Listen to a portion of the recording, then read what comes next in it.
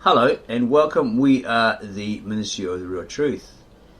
This video is in regard to us creating and uploading many videos and making statements about the native born Aramaic speaking translator, saying this, saying that, without backing it up. So today we decided to go right back to when he began his Aramaic translation project around about 1997-98, and we found this.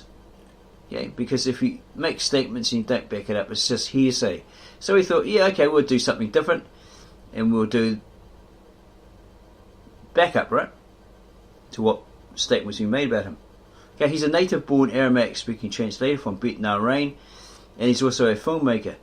He did the real history on Mesopotamia and the winged bulls, because the Western Christians, theologians, etc., said it was all satanic and all this sort of stuff, and he says, no, that's nonsense. So he went to the Louvre, is it? French Museum, and he began filming there. There's actually evidence on his website that was downed. We revived it. That shows him setting up a camera to do that documentary.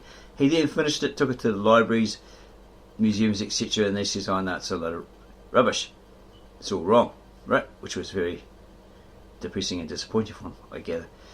Okay, so here is what he wrote on his website, va.com, when it was up. Okay, further translator notes.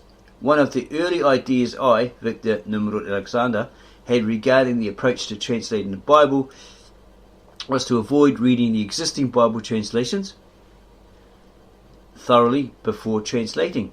He did not wish the translations from the Greek or Latin verses to influence him. He wanted a fresh impression, as much as was possible. He attempted to suppress the wordings and phraseology that had crept into his subconscious. He had to guard against unconscious inclusions of wordings from other translations. Having attended many church services since his childhood and his reading of the Bible over the years, it could make his translating a difficult task. One of the mistakes that he made, he actually met a high priest of the original Apostolic Church of the East, and he bought a copy of the original manuscripts in Bible format, and he began translating that. And as he says, the high priest went off somewhere, and as he says in the following, he made a mistake. One of the mistakes that he made at the very beginning was assuming that the Syriac translation of the Peshitta was authentic work of translating. You can see this translation by another translator, Messianic Jew, Gabriel Roth, who's translated the original Eastern Syriac Peshitta into English. He sort of mixes it up with fonts, Syriac fonts, and adds a bit of Hebrew in between, and sometimes refers to the Greek translated into English, like the word, the logos, etc. Right? You can see it. It's at the Aramaic scriptures.com. Okay, so you see, one of the mistakes that he made at the very beginning was assuming that the Syriac translation of the Peshitta was an authentic work of translating. This misconception sent him back about a year and a half. At first the mistake depressed him, but later it turned out to be an unexpected benefit. He became familiar with the evolution of the Aramaic language, meaning that languages over time, they evolve. Okay. So this high priest came back after he finished translating from the Syriac Peshitta, apparently, and he says, oh, what are you doing? And she says, oh, I'm translating these scriptures into English for my Western friends or Christian friends or whatever, from the Syriac Peshitta. Okay. So off goes the high priest. He comes back sometimes later, and he apparently says, oh, what are you doing now? And he says, I've just finished my work, right, translating the original manuscripts using the Syriac Peshitta. He says, why did you translate with that? Why did you use that? it's wrong. What?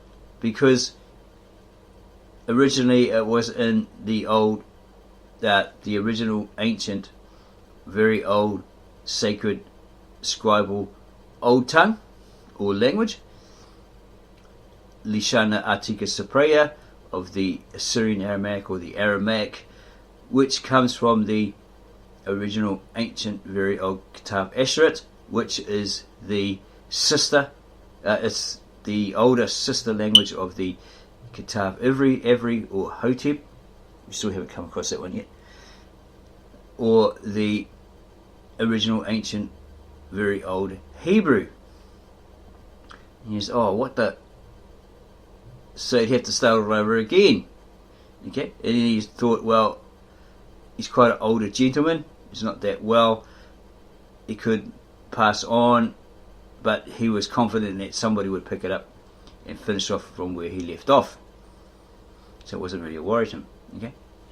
So he found a way to translate that old dead language by using the root words of a modern vernacular, probably the Syriac or something like that. And he then translated all into English, the Old Testament, and then he worked on the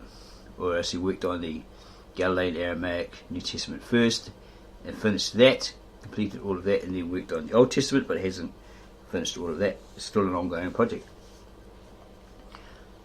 Okay, so one of the mistakes that he made at the very beginning was assuming that the Syriac translation of the Peshitta was authentic work of translating. This misconception set him back about a year and a half, project-wise, work-wise. At first the mistake depressed him, but later it turned out to be an unexpected benefit or a blessing. He became familiar with the evolution of the Aramaic language. He had already translated the Gospels of Mark and Matthew in that order. Then he had a conversation one day with an old church of the East priest. There you go, we're backing it up with the evidence. Right. He told him, Victor N. Alexander told him that he had been translating the Bible from Syriac into English for the sake of sharing the authentic Aramaic Bible with his American friends and English-speaking people, and everybody else, right, Christians, whatever. At this time, he did not say very much except for smiling what I thought was approval. At a later meeting, he asked me what I was doing. Victor N. Alexander said that he was still translating the Bible. Then he, the high priest, had to tell him. He said, the Syriac is all wrong. Wow, talk about being shocked. Victor N. Alexander had just finished translating Matthew and was getting ready to translate John. Okay, so still in the process of it. He had already translated Mark before he met him the first time. So Victor N. Alexander asked him, wasn't the Syriac translation from the ancient tongue? The Church of the East is an Asherite church, and we do not use the term Aramaic. This is a Western designation. Aramaic really evolved from the language of the Asherite, the people of Mesopotamia. This high priest said no. The Syriac version was translated by the Protestants and Catholics from the Greek versions. So Victor N. Alexander asked him, still incredulous, you mean no one has translated the ancient tongue original at all? The high priest, he said no. Then Victor N. Alexander purchased a copy of the official Church of the East New Testament book from him. Victor N. Alexander then began reading Mark and later Matthew. He was amazed. It was different. And he goes on to say it took him a while to recover emotionally, for he had spent 1.5 years of his time translating the two Gospels from what he thought was the authentic Aramaic transcription into modern Syriac. So those people out there who poo-poo him and say, oh, they know the Syriac better than him, etc., etc., a fluent speaker, go figure. Well, you better eat humble pie, okay? Because he knows better than you, right? He's not translating using the Syriac, as you claim, and so forth. Apologies to the man right now. Anyway, we're digressing. So then Victor N. Alexander found out that he had been translating from a 19th century Syriac translation of what he finally determined was really a Syriac translation of mostly an English version. This 1897 Syriac version that he had was translated in Urmi, Iran by American English missionaries with the help of proselytized Asherite Christians. So he studied the work and activities of the missionaries to Urmi from about 1839. He made some interesting discoveries. The Church of the East being impoverished and its people barely surviving under Islamic oppression of the crumbling Ottoman Empire. They actually got crap for their stating about the hypostasis that Nestorius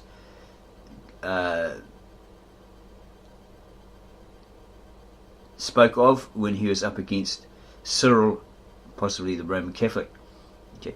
He was jealous of Nestorius because he wanted to be the bishop of all bishops.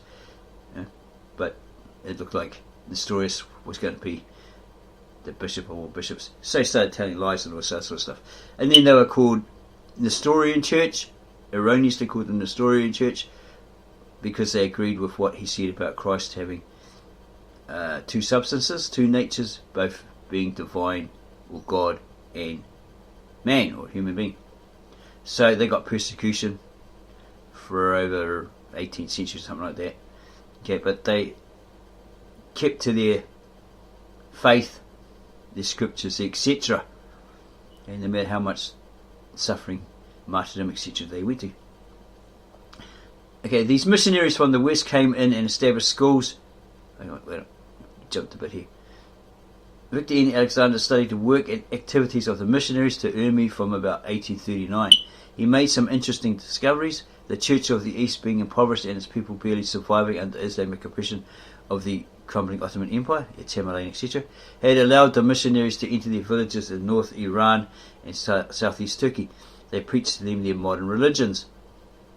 Apparently they tried to translate the King James Bible into Syriac, using the Syriac, and botched it. The missionaries from the West came in and established schools and churches and medical facilities, probably much needed. They learned the Syriac Aramaic vernacular, it's a modern version, and wrote up a grammar for the people. They wrote up a grammar for the people. As a result, everyone could now read the Bible in their modern vernacular, which until then only priests of the Church of the East knew how to read. The ancient Aramaic scripture was passed down to them from the Apostolic age. Well, they'd read it to their people, wouldn't they? Who spoke the same language.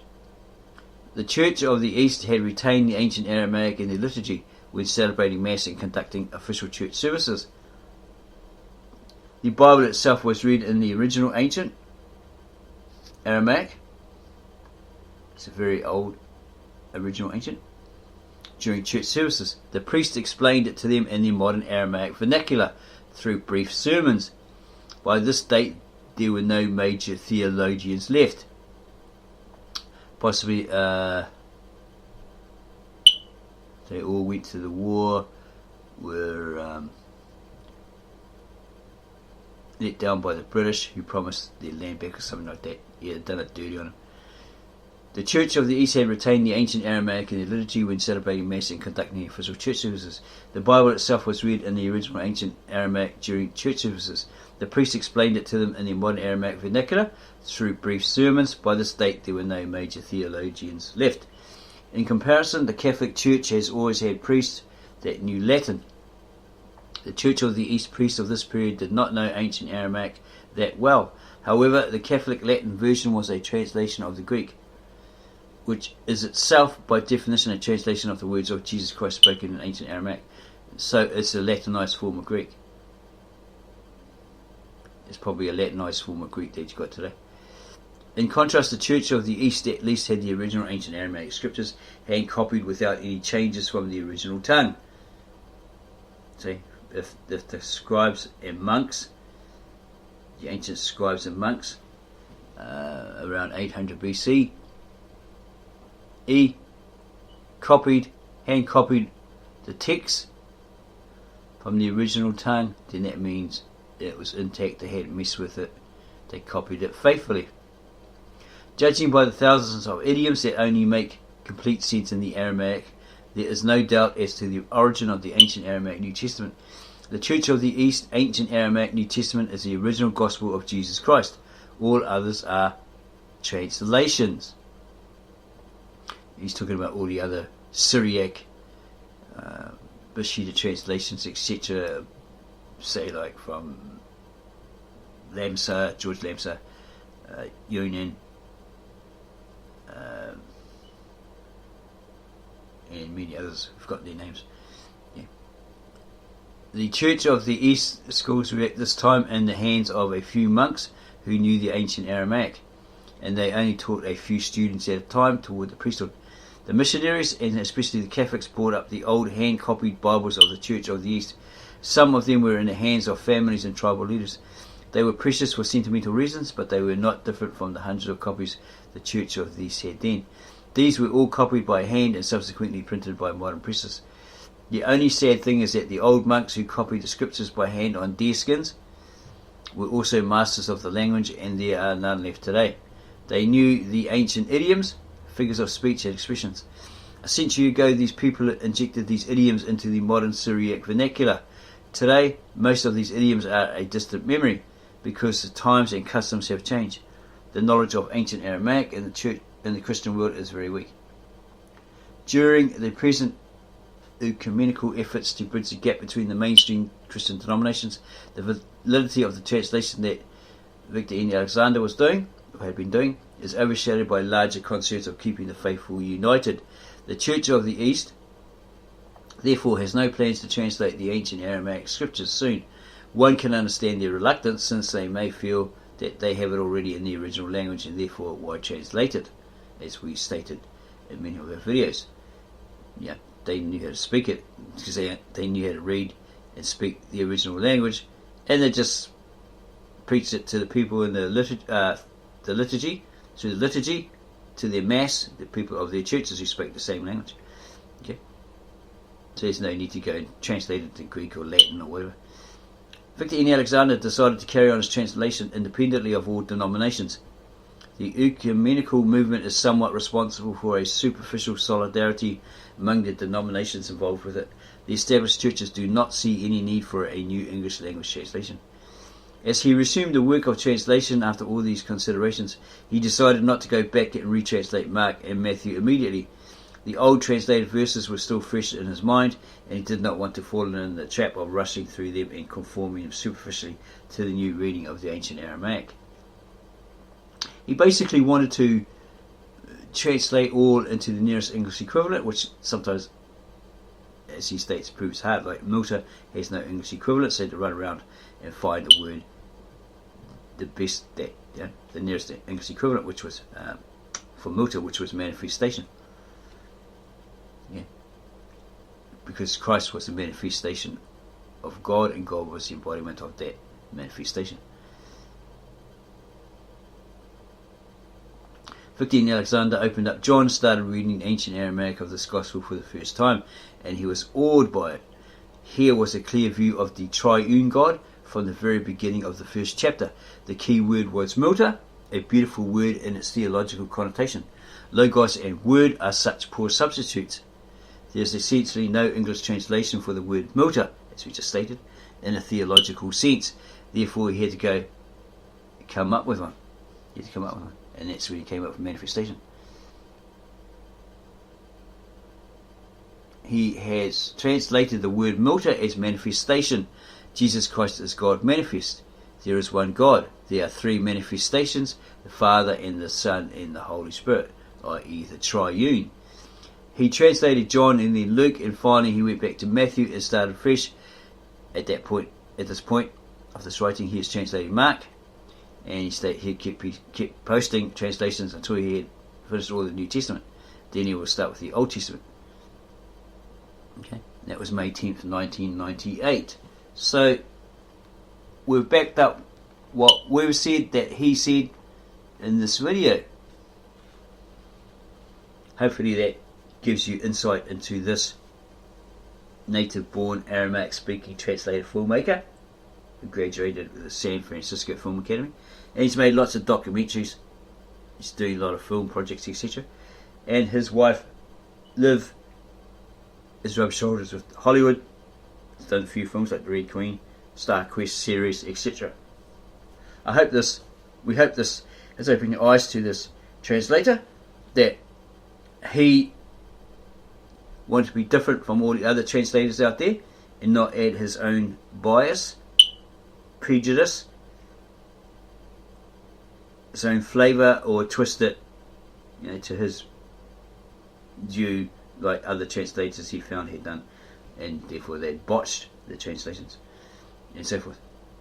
So we hope this opened your eyes to this great translator, Victor Nimrud Alexander, who can trace his descendancy back to Nimrud of the Bible, and apparently the Jews that came out of Egypt via the Exodus, or the liberation. So if you like this, please subscribe to our channel. Buy Victor Alexander's books. You might find them on Amazon or some other book website online, or if you can find his email under the Adam and Eve Aramaic Scriptures video, contact him and see how you can pay for those books through PayPal or other, because he's really good. He's really nice. He gives you pretty good price for the book. Bought one here for New Zealand. It cost me about $40, I think, through PayPal, and he was kind enough to leave off the postage and handling or something like that. Yeah, excellent. Probably have to get some more off him, because this one's getting a bit tatty. So you could probably get hold of him and buy them from him, or buy them on Amazon. Probably better to get them through him, get a better deal. Give him a donation for his efforts in the bringing all the translations of the original Old Testament Aramaic and the Galilean Aramaic New Testament. So subscribe to our channel, give us a like, add your comments down below, and then go tell your friends all about this great translator and how his work is bringing you, partly through us, the ministry of the real truth in our videos we create and upload in regards to it. He's bringing you the truth about the scriptures from the original sacred old scribal tongue, etc., in the Galilean Aramaic.